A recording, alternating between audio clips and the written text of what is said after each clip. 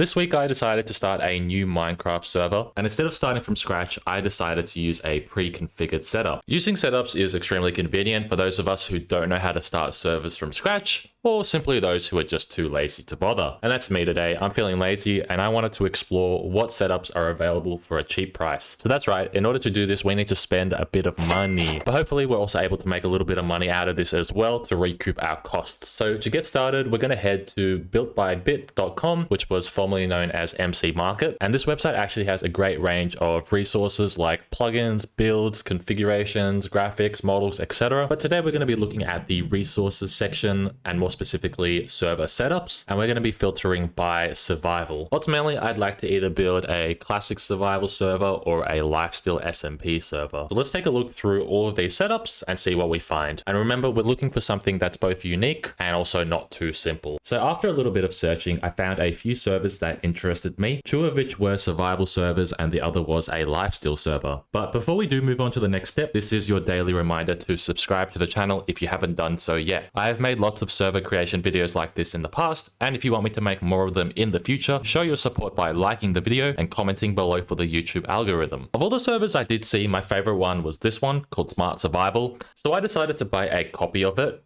And this one costs 21.5 euros, which is equal to about 23 USD or 34 AUD. In terms of price, this is a little steeper than other setups. Usually you'd be paying around the 10 to 15 USD mark for these kind of things. Anyway, now that that's been bought, I need to also download a few plugins and then find a website to host this server. The server host we're going with is called Pebble Host. I've used them plenty of times in the past and they've always been reliable. I went with a server hosted in North America with 3 gigabytes of RAM for $3 a month or $9 a quarter. In order to upload our setup to the server we've purchased, we're going to use another program called FileZilla, which uses File Transfer Protocol or FTP, which essentially allows us to transfer files from one system to another. Alternatively, we could have just drag and drop the files from our downloads folder into the Pebble Host interface, but this is a much easier method. In order to log into FileZilla, we need to use our FTP credentials, which are available from the file manager. Then it's just a case of replacing the existing files with the ones we've downloaded and restarting the server. So all in all, that took about 30 minutes of uploading and a few restarts to get it working properly. But now you can see that our server is live. So time to log in and see if it's working properly. So it looks like the server's working, but there are things that aren't. For example, none of the NPCs are visible. And I'm sure there's many other things as well that need to be fixed. So what we need to do now is a bunch of troubleshooting. We'll have a look at all the files, see if we can fix up some of the plugins, and I'll be back with you guys once I have an update. So I've been tinkering with the plugins and I think this server is now ready to play. But before we get players online, we do need to come up with a name for it. And the name should somehow tie into the gameplay mechanics. For example, this server includes quests, dungeons, rifts, jobs, and more. It's survival, but it also has an RPG feel. I discovered these cosmetics and I really like this tiki hat. And I also think that the tiki hat would make for a really cool logo. So the name I have decided upon is Tiki SMP. And now that I have a name, I can customize the rest of the plugins on the server to also say that. 2 days later. I've spent the last couple of days tinkering with the plugin configs, and I'm happy with where the server is now at. There were a few plugins which confused me, but fortunately I was able to join a support Discord from the creators of the setup, which I found extremely beneficial. Aside from the physical server, I have also set up a custom domain of tikismp.net to connect directly to our server. I had to pay for the domain, so the price of that is on the screen now. I also installed VIA version, which allows players from both 1.19.2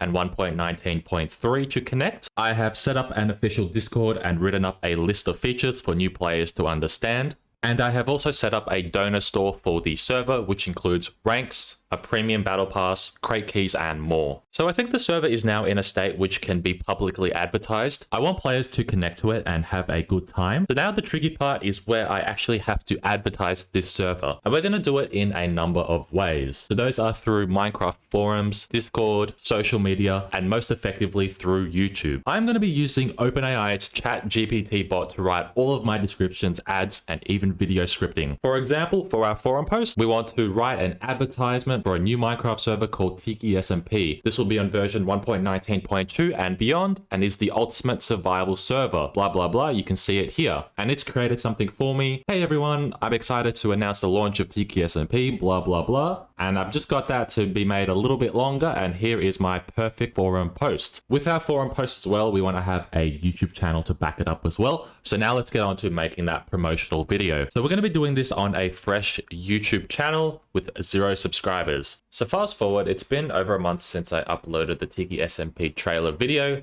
and guess how many views it has earned?